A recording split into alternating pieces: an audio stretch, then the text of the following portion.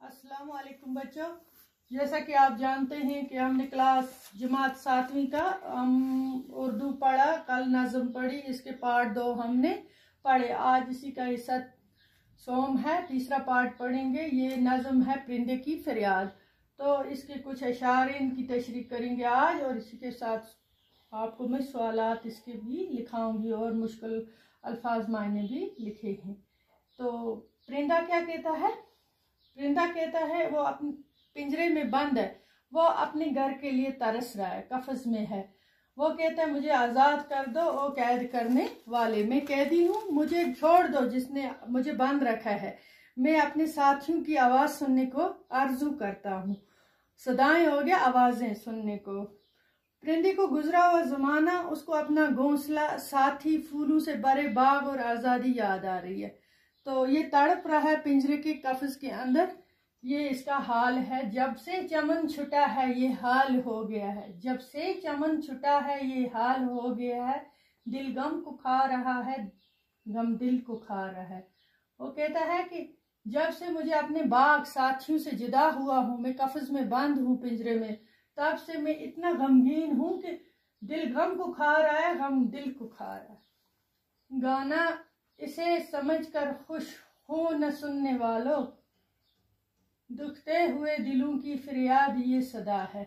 आप इसे गाना मत समझो और खुश हो सुन के कि मैं गाना गा रहा हूँ। मैं गाना नहीं गा रहा हूँ, मैं दिल की फरियाद कर रहा हूँ।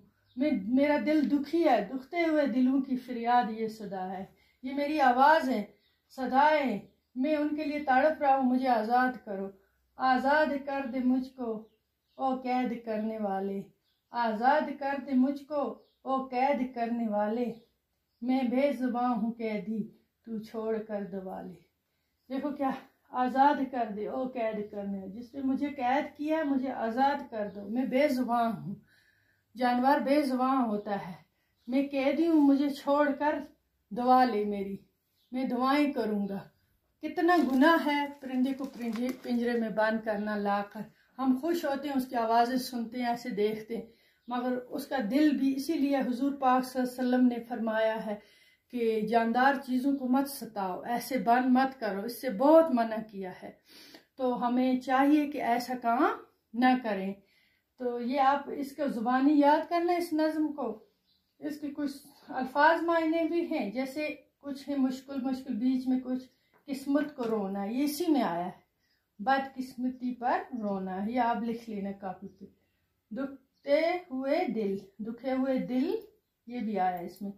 वो दिल जिनको दुख पहुंचा हो, बस में होना, इख्तियार में होना, काबू में होना। कामनी सी मूरत, प्यारी सी सूरत, खूबसूरत भी बोल सकते हैं।